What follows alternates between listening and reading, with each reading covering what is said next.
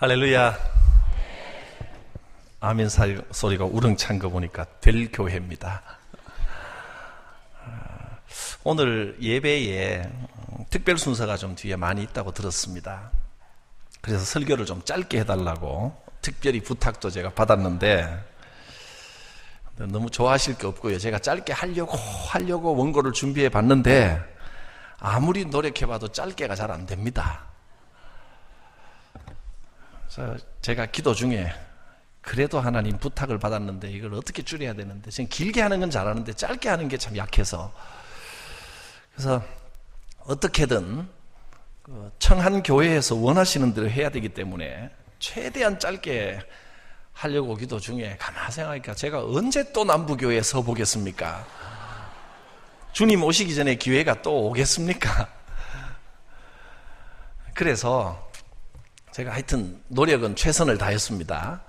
제가 가능한 짧게 하려고 애쓰겠지만 조금 길어지더라도 오늘은 그냥 부흥 집회다 이렇게 생각하시고 말씀을 들어주시면 감사하겠습니다. 그래도 별로 지루하지는 않을 겁니다. 저는 목사 설교가 지루한 것도 죄라고 생각하는 사람이기 때문에 어느 교회에서 그랬다지요. 목사님 설교하시는데 청년이 참다 막 자고 있으니까 옆에 권사님이 안 깨우고 가만히 놔두다. 자는 사람보다 옆에서 안 깨우는 사람이 더 밉거든요. 그 목사님이 설교를 하다 말고 제 이야기 아닙니다.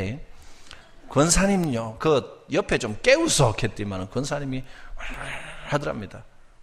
뭐라고 가만히 들어보니까 재우기는 지가 재우고 내보고 깨우라 하나 그러더랍니다. 혹시 설교 중에 지루하신 분은 외부 강사라고 참지 말고 왼손을 살짝 들어주시면 한 10명 정도 들면 바로 끝내겠습니다. 그 자리에서. 그때까지는 이제 마음문을 열고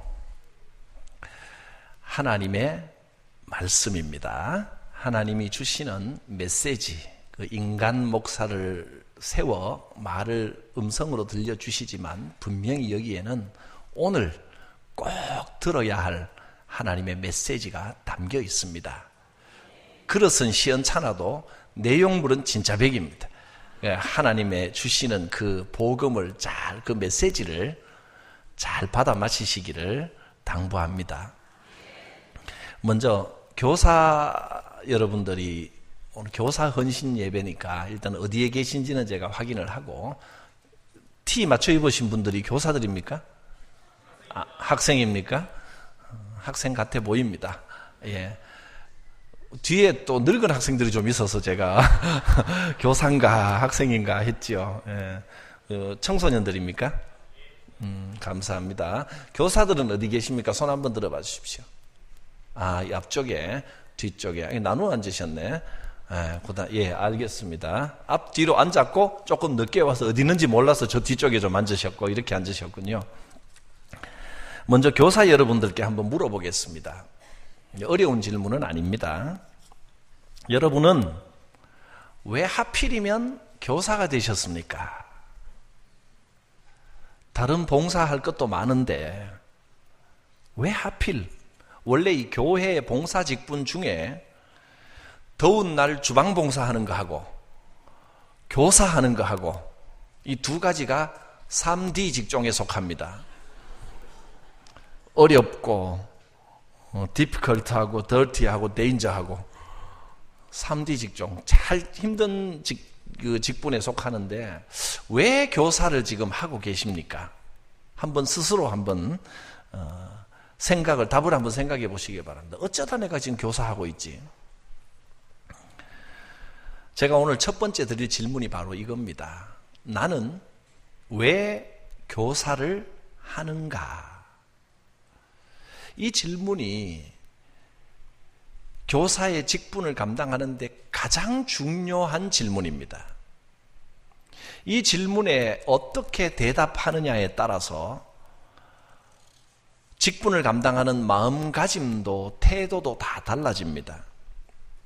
이 질문의 대답 여하에 따라서 교육 방법도 달라집니다. 나는 왜 교사를 하는가? 이 질문이 가장 중요한 질문입니다. 교사를 왜 하십니까? 부장님하고 친해가지고 하락해가요. 아니면 내가 그래도 아이들하고 좀 잘 통할 수 있을 것 같아서 내가 말하는 것이 조금 그래도 아이들이 알아듣게 좀 잘 말 주변이라고 할까요? 말 재간이 좀 있어서 논리적이라서 뭐 그런 이유, 여러 가지 이유를 댈 수 있을 겁니다. 그런데 오늘 꼭 기억해야 할 것은 이겁니다. 여러분이 어떤 경로로, 어떤 이유로, 어떤 과정을 통해 지금 교사의 직분을 감당하고 있든지 간에 그 배후에는 분명히 하나님의 손길이 있었다는 사실입니다. 하나님이 우리에게 직분을 주시는 겁니다. 너무나 당연한 말이라서 당연히 그렇다고 생각하면서도 실제로 우리가 그 직분을 감당하면서는 제일 먼저 잊어버리기 쉬운 것이 바로 이 사실입니다. 여러분, 내가 교사를 하고 있는 이유는 하나님이 작정하시고 맡기셨기 때문입니다.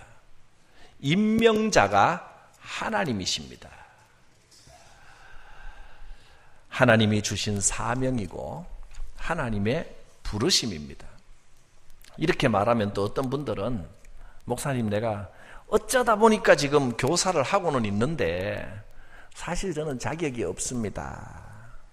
저는 주일학교 교사하기에는 마땅하지 못한 사람입니다. 그래서 내년에는 누가 뭐래도 내가 그만두려고 지금 작정하고 있습니다. 웃으시는 분들 부장님 잘 보시면 됩니다. 위험합니다. 요 주위 인물들이.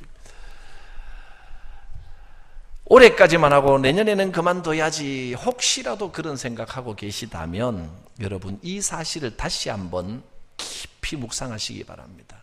이것은 사람이 맡긴 게 아니고 하나님이 세우신 겁니다.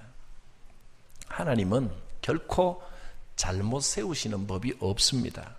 일단 여러분이 교사가 돼서 교회 학교에 발을 들여놓은 이후에는 아이들을 보는 눈과 태도가 벌써 달라집니다.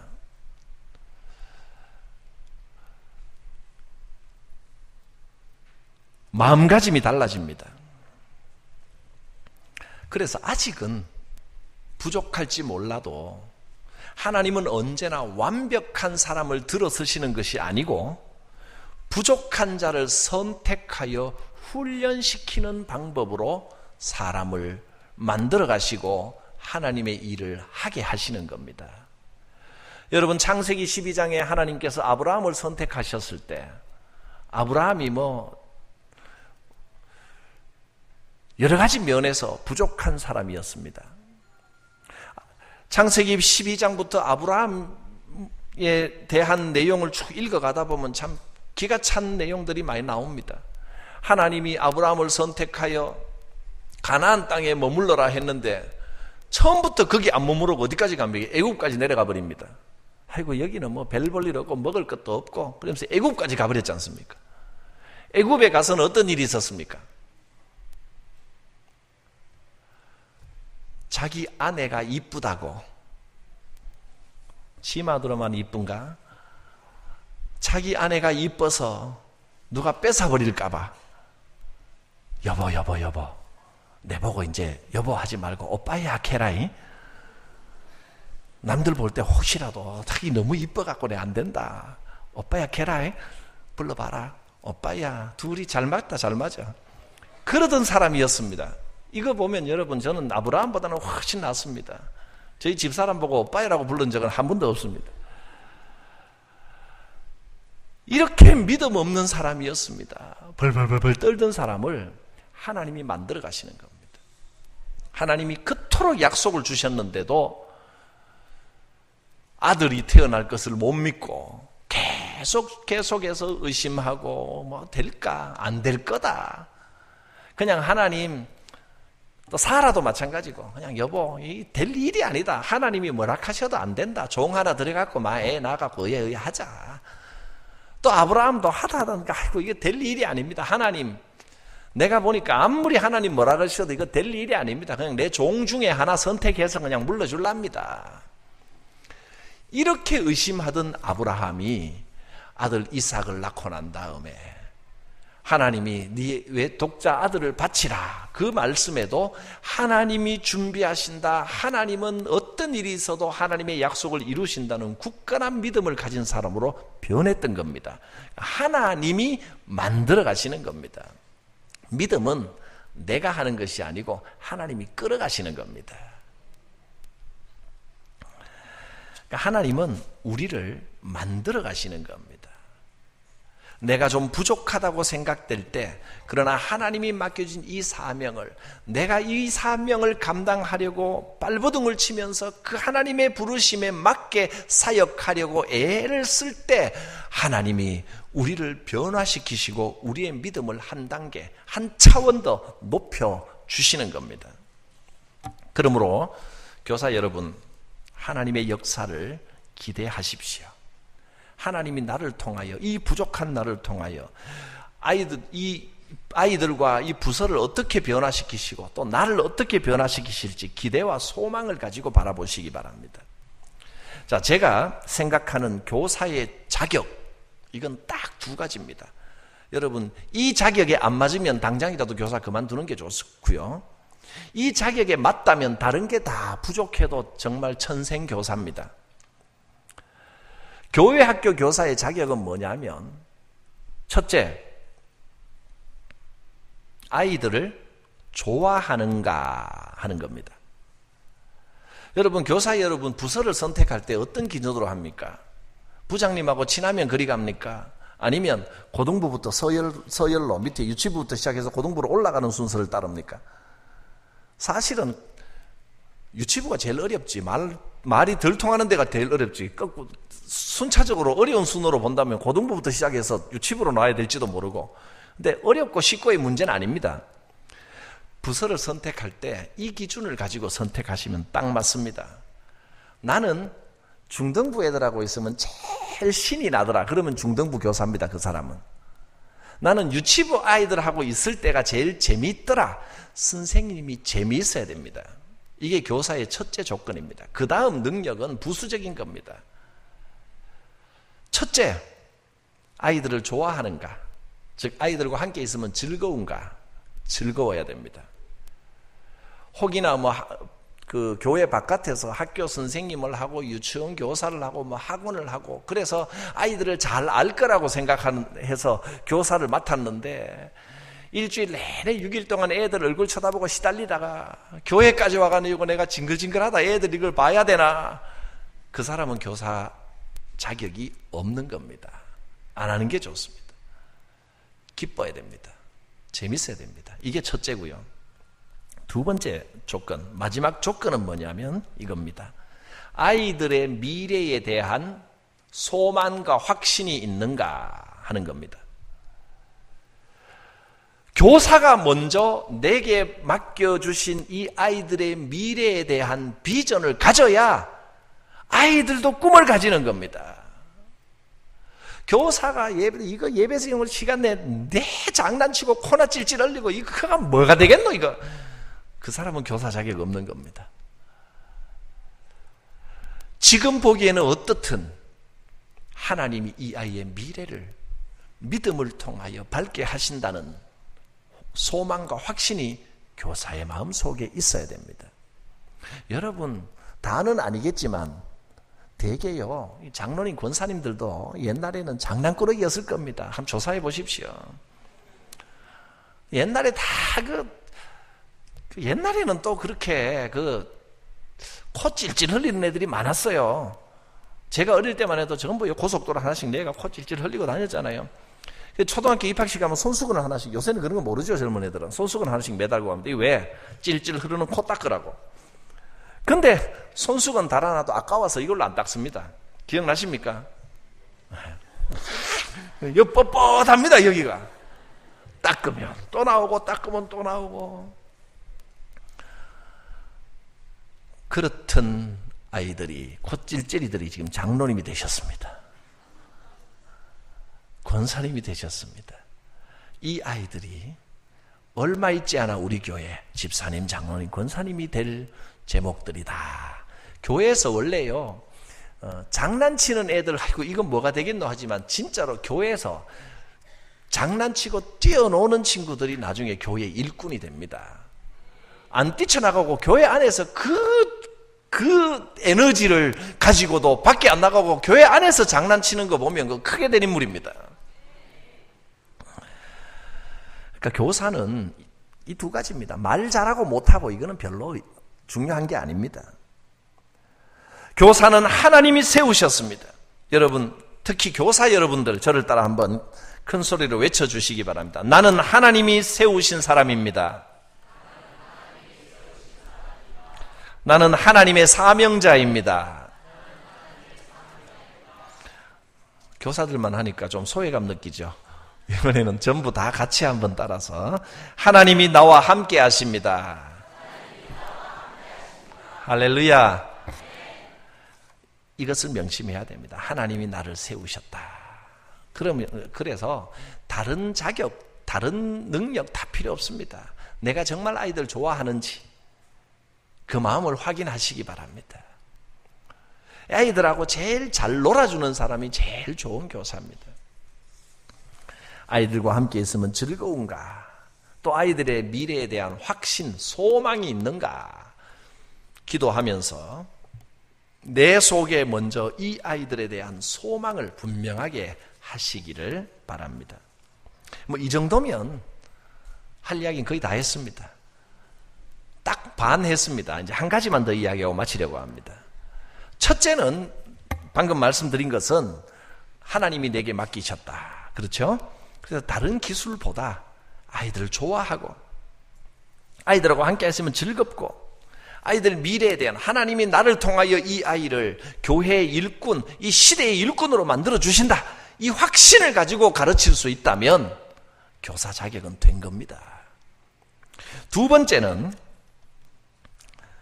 첫째는 나는 왜 교사를 하는가였고요. 두 번째는 교사는 무엇을 가지고 가르치는가, 무엇으로 가르치는가 이렇게 말하면 되겠네요. 교사는 무엇으로 가르치겠습니까? 또 질문 하나 해보겠습니다. 여러분 맞는지 안 맞는지 OX로 한번 대답해 보시기 바랍니다. 앞에 2명 기절했습니다. 예, 죄송합니다. 제 잘못입니다. 한 10명 졸면 제가 바로 끝내겠습니다. 2명 체크리스트에 올려놓겠습니다. 감사합니다. 죄송합니다. 예, OX로 한번 답해 보시기 바랍니다. 교사의 임무는 학생들에게 성경을 잘 가르치는 일이다. OX. 다시 조금 더 질문이 좀 어렵나요? 쉽게 교사의 주된 임무는 학생들에게 성경을 잘 가르치는 일이다. X. X입니까?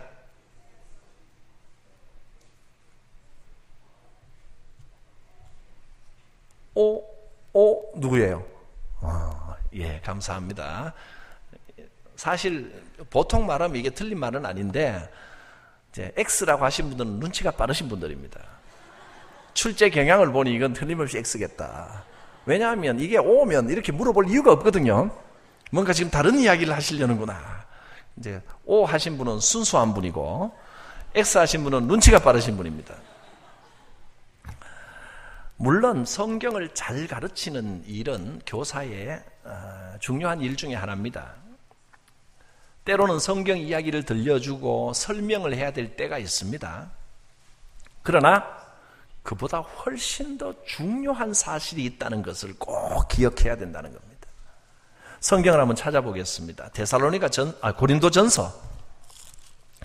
고린도전서 2장 4절과 5절입니다.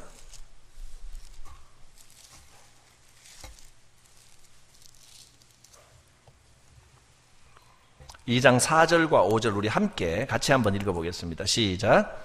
내 말과 내 전도함이 설득력 있는 지혜의 말로 하지 아니하고 다만 성령의 나타나심과 능력으로 하여 너희 믿음이 사람의 지혜에 있지 아니하고 다만 하나님의 능력에 있게 하려 하였노라. 복음은 말의 지혜로 전해지는 게 아니다 하는 말씀입니다. 사람의 지혜로 되는 게 아니라 뭐에 있다고요? 지혜에 권하는 말이 아니라 성령의 나타나심과 능력이라 그랬습니다. 성령의 나타나심이 있어야 복음 교육이 제대로 이루어진 겁니다. 그리고 능력을 가르쳐야 됩니다. 또 몇 절 더 넘어가서 2장 13절, 역시 고린도전서 2장 13절을 한번 보십시오. 같이 한번 읽겠습니다. 시작. 이것을 말하거니와 사람의 지혜에 가르친 말로 아니하고 오직 성령에 가르친 것으로 하니 신령한 영적인 일은 영적인 것으로 분별하느니라. 영적인 것은 영적으로만 분별할 수 있다는 겁니다. 사람의 지혜로 가르칠 수가 없다는 겁니다. 성령으로 가르쳐야 된다는 겁니다. 그러니까 복음은 말로 가르쳐지는 게 아닙니다. 구원의 도리는 하나님의 진리가 선은 이렇고 후는 이렇고 아무리 설득력 있게 말해도 그렇게 전달되는 게 아니다. 그렇게 믿어지는 게 아니라는 겁니다. 교사 여러분은 무엇으로 가르치고 계십니까?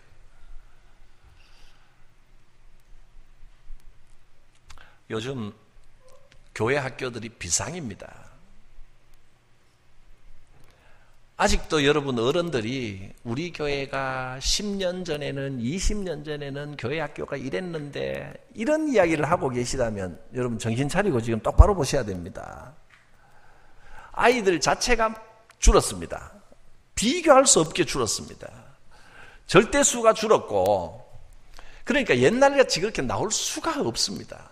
웬만한 교회들이 10년, 20년 전에 비해서 성장이 아니라 반 정도가 아니라 3분의 1 인원 정도가 있는 교회가 대부분입니다. 아이들 숫자도 줄었고 아이들의 관심도 옛날에는 교회 오면 뭐든지 다 있었거든요. 집에는 텔레비전도 없는데 교회 오면 재밌거든요. 집에서는 사탕 하나 못 얻어먹는데 교회에서는 맨날 간식 주거든요. 집에서는 천덕꾸러기 취급하는데 교회 오면 쓰다듬어주고 이뻐해주고 선생님들 신경 써주거든요. 교회 오면 재밌는 놀이도 있었거든요. 교회 오면 연극도 보고 이야기도 듣고 재밌었는데 지금은 워낙 이런 게 많이 있습니다. 옛날하고 비교하면 안 됩니다. 수적으로도 물론 성장을 해야 되지만 우리가 수만 쳐다볼 것이 아니라 먼저 우리 마음속에 이 아이 한 명 한 명에게 진짜 복음, 제대로 복음을 심어서 이 아이들 하나하나가 세상을 변화시키게 해야 되겠다는 확신을 가지고 해야 된다는 겁니다. 우리가 복음을 제대로 가르치고 성령의 능력을 심어주는 것이 중요하지 자꾸 그러니까 많이 모이는 게 좋죠. 많이 모이면 좋은데 안 되는 걸 자꾸 꿈꾸면서 왜 지금은 이렇게밖에 못 모이냐, 왜 이렇게밖에 안 되냐 한탄만 하고 있을 때가 아니라는 겁니다. 지금 이 하나님이 선택하여 교회에서 복음의 교육을 받는 아이들을 우리가 정말 이 성령의 나타나심과 능력으로 복음의 진짜 군사들로 키워야 되는 사명이 우리에게 있다는 겁니다. 그러면 이 한 사람이 세상을 변화시킬 수도 있습니다. 이걸 분명히 알고 복음을 말로 가르치려고 하면 참 힘듭니다. 듣는 아이들도 괴롭고 말로 안 되는 걸 말로 하려고 하니 못 알아듣는 걸 자꾸 이야기하면 선생님은 자꾸 내가 말 잘하기만 하면 알아들을 거라고 착각하는데 여러분 암만 말 잘해도 아주 논리적으로 말을 잘했다고 해서 교육이 제대로 이루어진 건 아닙니다. 어떤 방식으로 어떻게 해야 되는지는 제가 예배 후에 세미나 때 또 교사들에게 좀 구체적으로 전달을 하겠습니다. 그러나 지금 우리가 분명하게 기억해야 되는 것은 복음은 말로 되는 게 아니라는 겁니다. 성령의 나타나심과 능력으로 해야 됩니다. 오늘 읽은 데살로니가 전서 1장 말씀은 이것을 조금 더 구체적으로 말씀해 줍니다. 본문 말씀을 다시 한번 봅니다. 하나님의 사랑하심을 받은 형제들아 너희를 택하심을 아노라. 하나님이 우리를 어떻게 택하시고 어떻게 우리에게 복음을 전하셨냐 하면 5절 말씀 같이 읽습니다. 시작. 이는 너희에게 말로만 이런 것이 잠깐만 기다렸다가 고린도 전서에 가 있군요. 지금 성경이 데살로니가 전서로 다시 오늘 본문으로 넘어와서 1장 5절 말씀입니다. 같이 5절 말씀을 다시 한번 같이 읽습니다. 시작. 말로만 이런 것이 아니라 또한 능력과 성령과 큰 확신으로 된 것임이라. 우리가 너희 가운데 너희를 위하여 어떤 사람이 된 것은 너희가 아는 바와 같으니라. 복음이 어떻게 전해진다고요? 능력과 성령과 큰 확신으로 전해지는 것이 복음입니다. 제 아무리 똑똑하고 논리적인 말도 복음 앞에서는 다 소용없습니다. 무용지물입니다. 그럼 어떻게 해야 되겠습니까? 방법은 하나밖에 없습니다. 여러분, 교회 학교에서 가장 중요한 것은 아이들이 이 성령의 역사와 하나님의 능력과 기도의 응답을 체험해야 됩니다.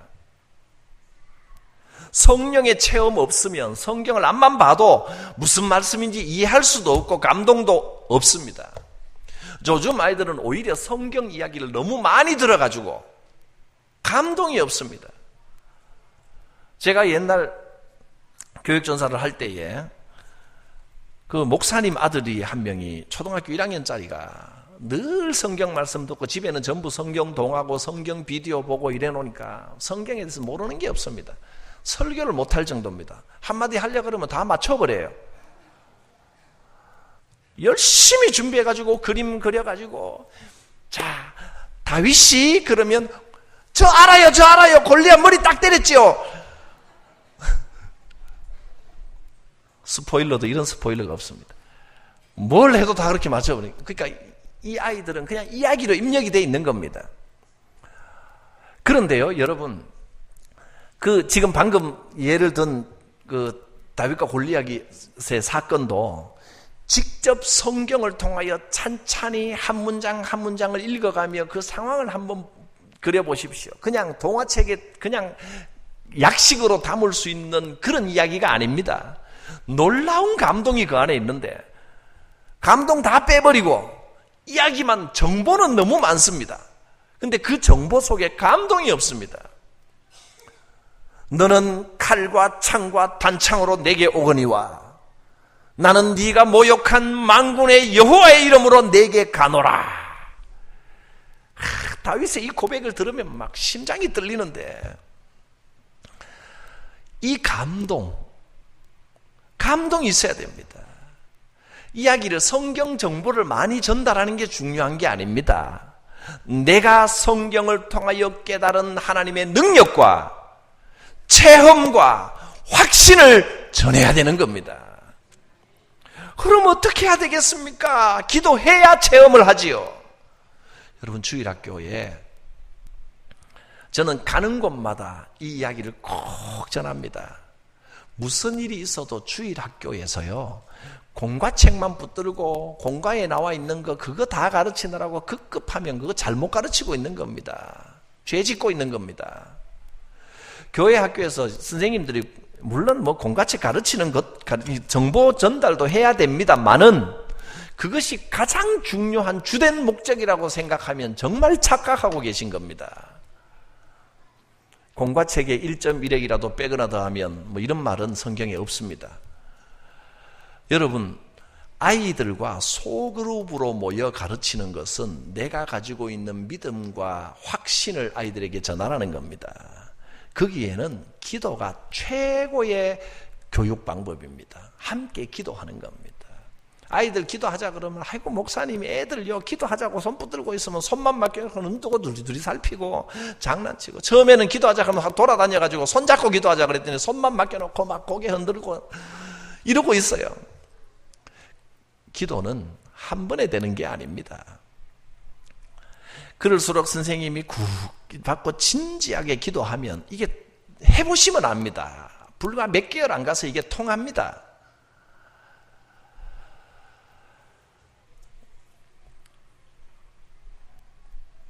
신앙은 가르쳐지는 게 아니고 저절로 습득되게 해야 되는 겁니다.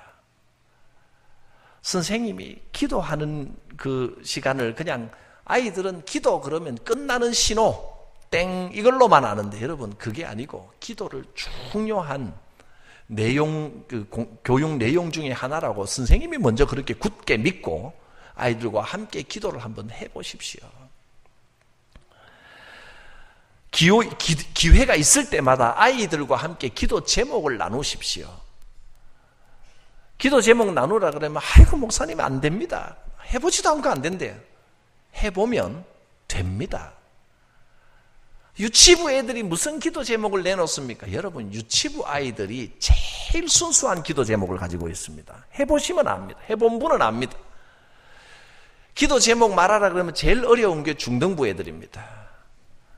중등부 아이들은 앞에서 누가 말하든 별로 관심이 없습니다. 자기 세계 속에서 합니다. 그리고 오픈하기를 잘 안 합니다. 기도 제목 말하라 그러면 입 쿡 다물고 있습니다.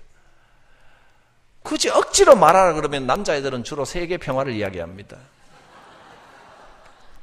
여자아이들은 그냥 우리 집 편안하게 해달라 그럽니다. 뭐 그런 정도 뻔한 이야기만 합니다. 그런데 중요한 것은 우리는 하나님 앞에 우리의 확신과의 진실됨을 가르치는 거잖아요. 선생님이 아이고 안 되겠다 지레 포기하면 안 됩니다. 우리가 신앙생활 하면서 언제 인내 없이 이루어지는 게 하나라도 있던가요? 인내하며 기다려야 됩니다. 나의 확신을 전달하며, 그리고 그 다음에 기도했더니 어떻게든 기도 제목, 선생님이 기도 노트, 우리 반 아이들 기도 제목 노트를 가지고 다니는 선생님이 제일 훌륭한 선생님입니다. 공과책은 못 갖고 오더라도 기도 제목 노트는 갖고 다니셔야 됩니다. 기도 제목을 적고 그 다음에 기도가 어떻게 이루어졌느냐 반드시 또 한번 나는 이렇게 이루어졌다 응답의 간증들을 하는 일들을 하면, 기도 응답도 간증거리도 처음에는 잘 없습니다. 근데 자꾸 해보면, 제가 이거는 중등부, 고등부, 소년부, 유년부, 유치부 다 해봤는데, 제가 안 맡아본 부서가 없네요. 오래 하다. 그러니까 아이들이 다, 저는 가는 곳마다 이 일을 반드시 했습니다. 가장 중요한 일이라고 생각하고 이 일을 했을 때 놀라운 변화들이 나타나는 것을 경험을 했기 때문입니다. 반드시 됩니다. 이게 이제 막 움직이는 게 보여지면, 그때부터 정말로 교사의 직분이, 여러분 지금도 즐겁게 잘 하고 계시겠지만, 이걸 경험했을 때와 안 했을 때의 차이는 아로나민골드 광고할 때 나오는 거군요. 여러분, 경험했을 때와 경험하지 못했을 때 그 차이가 얼마나 다른지 모릅니다. 처음에는 아이들이 입을 꾹 다물고 있지만, 제가 대개 평균 한 3개월 정도만, 3개월 정도 그러면 한 12주밖에 안 됩니다. 12주, 13주. 그 정도만 교사가 지치지 않고 계속 해보면 반드시 아이들의 변화가 나타납니다. 삶이 달라지는 겁니다. 인생이 변화되는 겁니다. 이게 얼마나 놀라운 일입니까? 본물 터지듯이 나중에는 서로 말하려고 합니다. 서로 기도 제목과 응답을 막 말하려고 합니다. 얼마나 신납니까? 이런 현장에 여러분, 우리가 이 현장을 누리고 이 현장을 경험하라고 하나님이 우리를 파송하신 것입니다. 우리가 해야 할 일은 아이들에게 성경 지식을 억지로 꾸역꾸역 밀어넣는 일이 아닙니다. 조용히 해라, 들어라, 눈요 똑바로 봐라, 눈 맞춰라, 귀 기울여라, 딴짓하지 마라. 아이고 이거 피곤하지요. 그게 우리가 할 일이 아니라는 겁니다. 하나님의 살아계심을 체험하게 하는 겁니다. 하나님께서 어떻게 기도에 응답하시는지, 하나님이 어떻게 역사하시는지 몸으로, 삶으로 깨닫게 하시기 바랍니다. 이것이 하나님이 우리에게 주신 사명입니다. 하나님이 살아계시고 역사하시는 하나님이십니다. 이걸 아이들에게 보여줄 생각을 하면 가슴이 뛰지 않습니까? 심장이 뛰지 않습니까? 억지로 집어넣은 성경 지식은 반드시 탈이 나게 되어 있습니다. 음식도 꾸역꾸역 먹기 싫은 거 억지로 먹여놓고 과식하면 탈나게 되어 있습니다. 신앙의 위장병은 잘 고쳐지지도 않습니다. 우리의 사명은 성령의 역사를, 그 확신을 전하는 겁니다. 제가 경험한 이야기 한 가지만 하고 말씀을 마치겠습니다. 제가 이제 대구에서 단독 목회를 하기 전에, 지금 이제 목회를 한 지 만 8년, 이제 9년째 되어 가는데, 그 전에는 부목사 생활을 하고 난 다음에 첫 담임 임지가 고등학교입니다. 고등학교 교목실장으로 한 10년을 지내고, 그 다음에 이제 대구로 내려왔습니다. 학생들에게 참 재미있었습니다. 교목을 하면서 별일들이 다 있었는데 그 중에 한 가지를 제가 소개해드리죠. 믿지 않는 아이들에게도요, 저는 믿지 않는 아이들 가운데 참 순수하고 순진한 아이들에게는 하나님이 더 쉽게 역사해 주시는구나 하는 것을 많이 발견을 했습니다. 한때 제가 교목에 있을 때 1년에 한 번씩 눈병이 굉장히 유행을 했었습니다. 눈병이 나면 전염성 때문에 아이들을 학교에 집으로 돌려보내서 한 일주일간 이렇게 이제 병원 치료를 다 받고 나으면 다시 학교로 오게 했습니다. 고등학생들 그거 아나요? 지금도 그렇죠? 예, 그래서 학교 오기 싫은 애들은 막 서로 눈병 있는 애들한테 찍어가지고 자기 눈에 막 비비고 막 이렇게 하기도 하고 눈병처럼 이렇게 만드는 아이들도 있었는데, 한 번은 이런 일이 있었습니다. 시험 보기 전날, 시험 보기 하루 이틀 전에는 저는 이제 성경 수업 시간에 자습을 하라고 공부하라고 시간을 줍니다.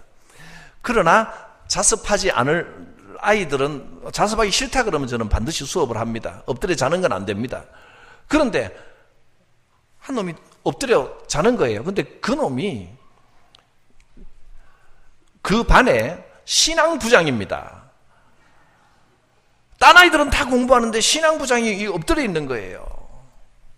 임지연이라는 놈입니다. 그래서 내가, 야, 너 뭐하냐? 그랬더니 이렇게나 눈이 진짜 공포영화처럼 뻘건 거예요. 그래서 왜야? 그랬더니 목사님 눈병 났어요. 집에 가지 왜 왔냐? 그 다음 날이 시험 날이니까 집에 갈 수도 없고 시험 공부는 해야 되고 선생님들이 막 시험에 나올 거 예상 문제를 막 찍어주니까 가지는 못하고 이래가지고 지금 목사님 기도해 주세요. 그래, 이따가 교목실로 내려오느라 기도해줘. 아니 지금요, 아이들 다 보는 데서 기도를 해달라는 거예요. 기도해 주면 좋잖아요. 그래서 제가 이제 눈에 손을 얹고 기도를 해 주려고. 이게 이제 눈병은 참 기도도 잘해야 됩니다. 전염성이 있기 때문에 목사가 눈병 오려면 이게 심각하거든요. 눈에다, 이놈이 보통 눈병이 있으면 머리에 이제 안수를 하는데 아픈 데를 대래 또 이게 대고 기도를 합니다. 하나님 아버지 하는데 얘가 이 눈병이 예수 이름으로 치유되기를 하는데, 목사님 내일까지요 기도 중에 내일 시험을 봐야 된다 이거예요. 내일까지요 해서 나도 내일까지 치유될 수 있기를 그렇게 기도를 해버렸습니다. 치유해 주실 줄 믿습니다. 나을지어다까지 하고 예수님 이름으로 기도하니까 더 놀라운 건 안 믿는 아이들이 전부 아멘 하는 거예요. 참 좋은 일이죠. 여기까지는. 문제는 그 다음 날인 겁니다. 기도했는데 안 났대요 그러면 어떻게 해요? 그럴 확률이 99%입니다. 그래서 제가, 사실 우리가 비 오지 말라고 기도하고도 우산 갖고 나가잖아요. 그죠? 그래서 기도를 하고, 일단은 두 가지 걱정입니다. 지금 이게 잘못 건드려서 눈병에 닿은 이 손이 내 눈을 스치기라도 하면 큰일 난다는 염려와, 두 번째, 야, 이 아이들이 이 상황을 잘 극복해야 될 때 안 믿는 애들 중에 하나라도 목사님 기도했는데 안 났대요. 계속 놀림감이 되고 막 불신앙의 근거가 되고 이러면 또 이 두 가지가 고민입니다. 일단은 마치고 제가 내려와서 손을 깨끗이 씻었습니다. 씻고 내가 눈병 걸린 건 그거는 더 안 좋은 거니까. 그리고 무슨 생각을 했냐면 내일 하루만 한 이틀만 견디면 된다. 걔 안 만나면 걔네 반 애들 안 만나면 애들은 금방 잊어버리거든요. 그래 이제 그 다음 날 아침에 그것도 아침 일찍이 제가 교무실에 회의하러 가는데 저 끝에서 걔하고 딱 마주친 거예요. 원수는 외나무다리에서 만난다고. 걔가 저 앞에서 근데 걔가 내가 오는 길목을 알고 거기서 기다렸던 것 같아요. 목사님 하면서 뛰어나오는데 목사님 그래서 내가 아이고 싶은데 민망해가 내가 무슨 말을 할까 막 생각하고 있는 중에 걔가 먼저 이야기를 하는 거예요. 목사님 다 났어요 하고 뛰어오는 거예요. 누가 제일 놀랬겠습니까? 제가 제일 놀랬습니다. 그럴 리가 없는데 저는 신유의 능력이 전혀 없는 사람인데 그럴 리가 없는데 저거는 한 번 걸리면 무조건 일주일인데 그 다음부터 더 놀라운 일이 벌어진 것이요. 아이들이 소문을 듣고 교목실로 찾아오는데 시커먼 남자애들이 줄을 쭉 서. 그것도 교회 다니는 애들은 또 뺀질뺀질해져 가지고 뭐 그러려니 하는데 얘네들은 듣고 놀란 거예요. 진짜가 하더니 교목실로 시험 기간 동안에 평소에는 뭐 집에서 논다고 좋아하던 놈들도 시험을 봐야 되니까 쉬는 시간만 되면 서너 명씩 와가지고 들어오는 거예요.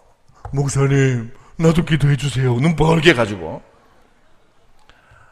야, 그리고 이 환자들은요 한꺼번에 기도도 못합니다. 눈병은 전염이 되기 때문에 기도해주고 그것도 목사가 기도하고 난 다음에 에이 하고 손 씻는 거 보일 수가 없으니까 기도해주고 나가 있으라 하고 문 닫고 손 씻고 다음 날 들어오라고 거의 진료를 했습니다. 일주일 동안. 모르긴 한데 그 중에 아직까지 목사님 기도했는데 왜 안 나요? 라고 찾아오는 애들은 한 명도 없었습니다. 근데 아마 안 낫긴 했을 겁니다. 반 정도는. 어쨌든 아이들은요 이 경험을 통해서 하나님이 그래서 아이들이 눈병 걸리면 병원에 갈 필요 없다. 목사님한테 가면 낫는다.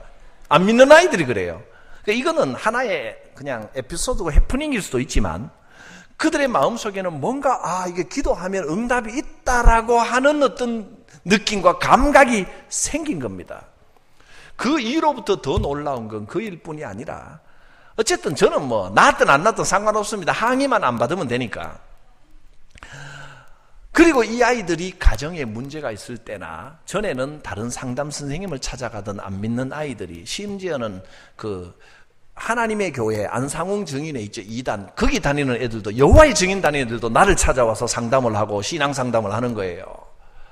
야, 아이들이 이렇게 순수한 그러니까 하나님의 능력을 받아들일 수많은 여지들을 갖고 있구나라고 하는 체험을 했습니다. 제가 이 이야기를 벌써 몇 년 전의 일이니까 몇 년에 한 10년 전쯤 됐네요. 제가 교목을 그만두고 온 지가 벌써 9년째니까 2010년, 12년쯤 됐군요. 집에 와서 우리 아이들에게 이야기를 해줬습니다. 우리 아이들이 초등학생 아주 몇 학년인지 지금 정확하게 그때가 한 2학년, 5학년 이 정도 됐을 겁니다. 초등학교. 그때 우리 아이들에게 이야기를 해줬습니다.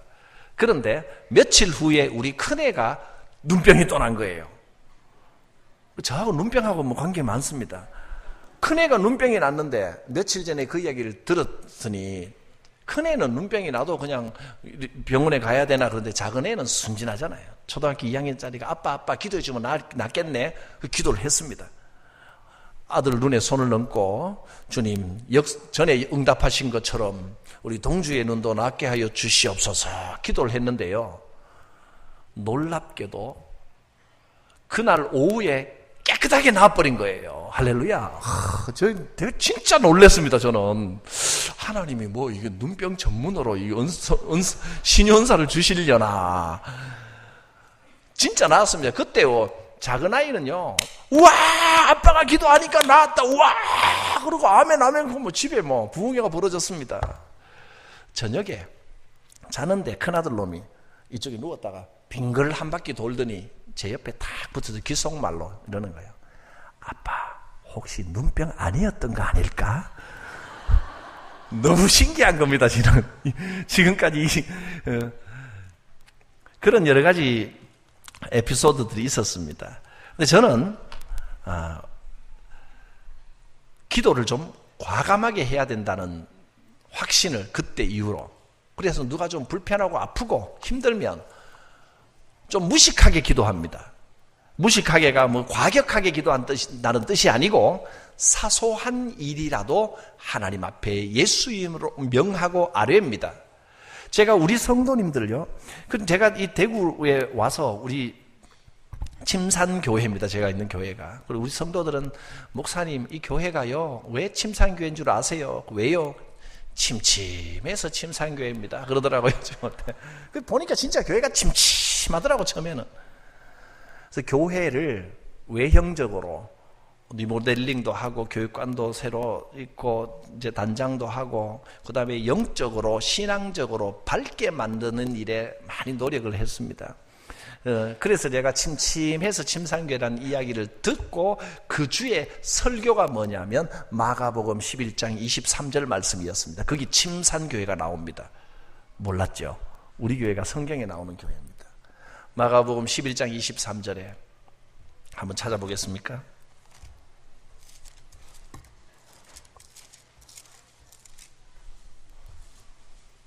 그것도 1123입니다. 여기 침산이 나옵니다. 같이 한번 읽어볼까요? 마가복음 11장 23절 시작. 내가 진실로 너희에게 이르노니 누구든지 이 산들어 들리어 바다에 던져지라 하면 그 말하는 것이 이루어질 줄 믿고 마음에 의심하지 아니하면 그대로 되리라. 할렐루야. 침산을 찾으셨습니까? 들리어 바다에 던져지는 것이 침산입니다. 그대로 되리라 하니까 할렐루야 아멘. 이걸 계속 강조하니까 계속 이야기하니까 확신이 생기는 겁니다. 우리 교인들은 지금 제가 대구 팔공산이 들리어 낙동강에 빠져지라 그러면 그래도 될 줄 믿습니다. 웃을 일이 아닙니다. 됩니다. 제가 남산 한번 옮겨볼까요? 토암산 옮겨볼까요? 됩니다. 근데 하나님이 지금 굳이 옮길 필요가 없어서 가만 놔두시는 거지 필요하다면 언제든지 옮길 수 있습니다. 여러분 우리가 이 확신을 가지고 살 때 우리의 삶에 기쁨이 있고 활기가 있는 겁니다. 하나님이 함께 하신다는 확신이 있는 겁니다. 저는 그래서 우리 성도님들이 뭐 마음의 병이든 뭐 육신의 병이든 무조건 기도합니다. 기도회가 안 나가면 또 하나님의 뜻이고 또 1000번 기도회가 지금 우리 교인들이 우리 교인들은 자꾸만 우리 목사님 기도하면 낫는다 신유가 있다. 신유 전혀 없는 사람입니다. 제가 확신합니다. 그건 목사가 어떤 신유의 능력이 있어서 되는 게 아니고 하나님이 필요하시면 고치는데 그 과정에 우리가 기도를 해야 됩니다. 다른 건 몰라도 제가 감기 기도 하나는 확실하게 고칩니다. 요새 여름 감기 콜록콜록 그것도 낫습니다. 우리 목사님 목이 안 좋으시던데 제가 오늘 목사님 목을 좀 고칠 수 있도록 기도도 하고 가야 되겠습니다. 우리 담임 목사님 목이 일주일 안에 원상태로 깨끗하게 돌아오도록 예수 그리스도의 이름으로 축원하노라. 돌아오실 겁니다. 아마 웬만하면 목은 일주일 만에 돌아오거든요. 그래서 저는 작으나 크나 여러분 제가 지금 좀 우스갯소리처럼 이야기했지만 우리 일상생활 속에 항상 성령의 나타나심과 능력 그 자리를 열어놓고 살아가는 삶이 돼야 된다는 겁니다. 우리 아이들이 힘들고 어려울 때 하나님이 나와 함께 하신다라고 하는 성령의 나타나심과 체험의 영역을 소망하고 기대하며 그것을 배우는 것이 진짜 복음의 능력을 배우는 것이라는 겁니다. 하나님은 살아계십니다. 하나님은 우리와 함께 하십니다. 기도하겠습니다. 거룩하신 하나님, 부족하고 못난 우리를 택하여 주시고 우리와 함께 하여 주시고 성령으로 인도하여 주심을 감사합니다. 우리의 삶 가운데 하나님은 늘 기적의 역사로 함께 하시는 하나님이신 줄 믿습니다. 우리를 회복시키시는 하나님이신 줄 믿습니다. 믿음으로 살아가게 하시고, 특별히 우리 교사들이 이 믿음과 확신 가운데 복음의 놀라운 능력을 다음 세대에 전할 수 있는 귀한 교사들 되게 하옵소서. 예수님의 이름으로 기도하옵나이다. 아멘.